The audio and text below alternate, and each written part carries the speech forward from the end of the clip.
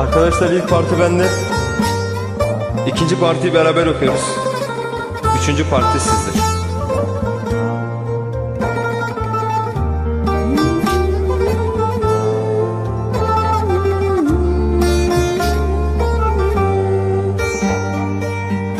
Ben yoruldum hayat, gelme üstüme.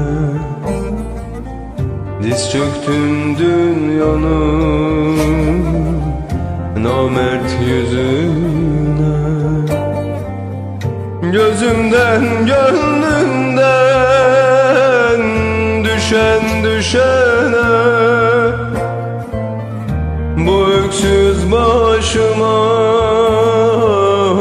gözdağı verme.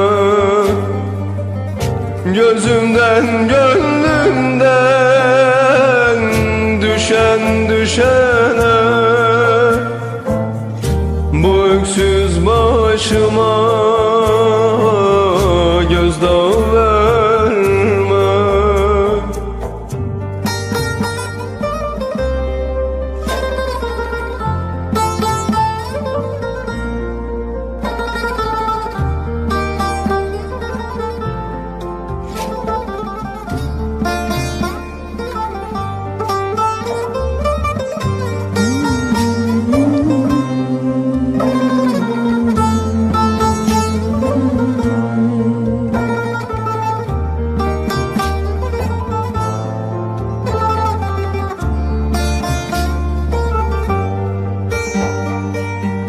Ben yanıldım hayat, vurma yüzüme.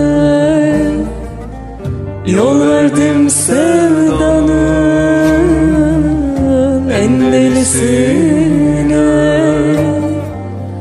O yüzden ömrümden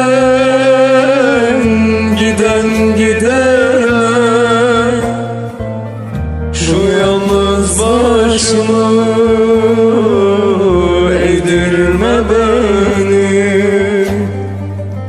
O yüzden ömrümden giden gidene, şu yalnız başımı eğdirme beni.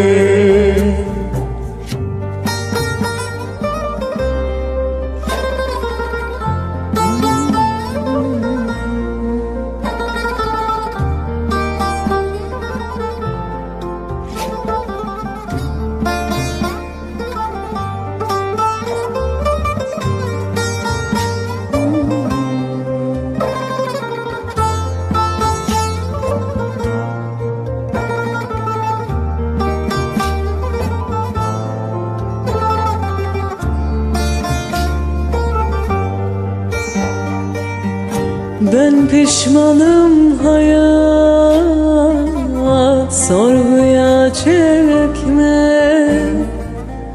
Dilersen infaz et, kâr etmez dilime. Sözlerim ağırdır, dokunur kalbe. Şu suskun ağzını açtırma beni. Sözlerim ağırdır, dokunur kalbe.